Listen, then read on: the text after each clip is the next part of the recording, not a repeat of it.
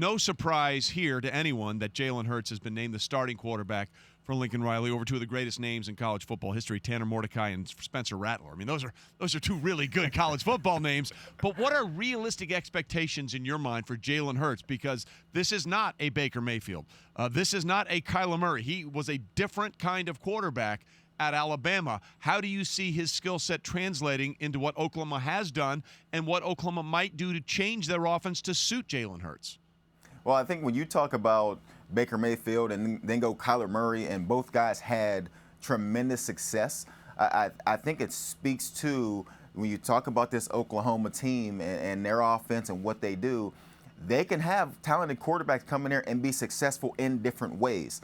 And I think it sets up perfectly for what Jalen Hurts is. He's a talented guy, a big play guy, home run hitter, and he also has a big-time arm. Now, his problem at Alabama was he wasn't as accurate as people needed him to be. But in the Big 12, when you watch Lincoln Riley's offense, they're throwing to wide open receivers. I mean, it offensively looks fun when you watch it because somehow they find a way to get a lot of moving parts and find wide open wide receivers, and Jalen Hurts will be perfect for that. And when he does not get a wide open wide receiver, I don't know if there's a quarterback in the country that you would want in the open field running the ball other than Jalen Hurts. He'll be outstanding in this offense, and I think he's going to really light up Big 12 defenses because they don't play a whole lot in the Big 12. I think I may know where you go with this answer, maybe because of the conference, but certainly another guy, if he's not going to throw it and takes off running, could be Justin Fields, the new quarterback at Ohio State. So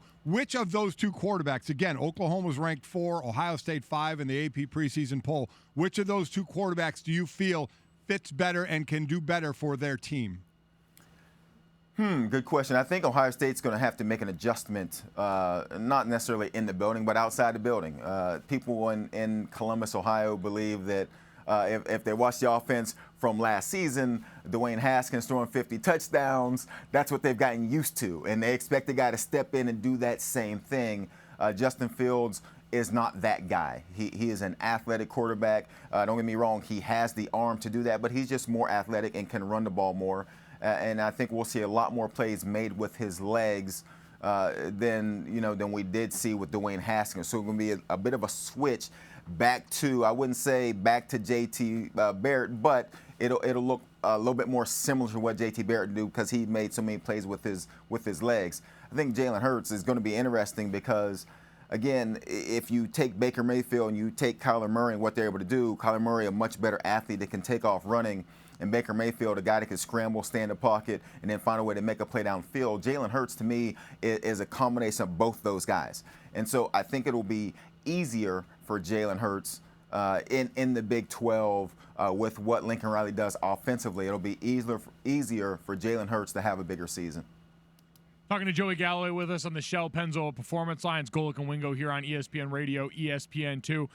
Joey, looking at the Week 0 hype, we get an unreal matchup to start things off. Florida comes into the AP poll ranked 8th in the preseason. Miami outside of the top 25, but a new regime there. Manny Diaz takes over.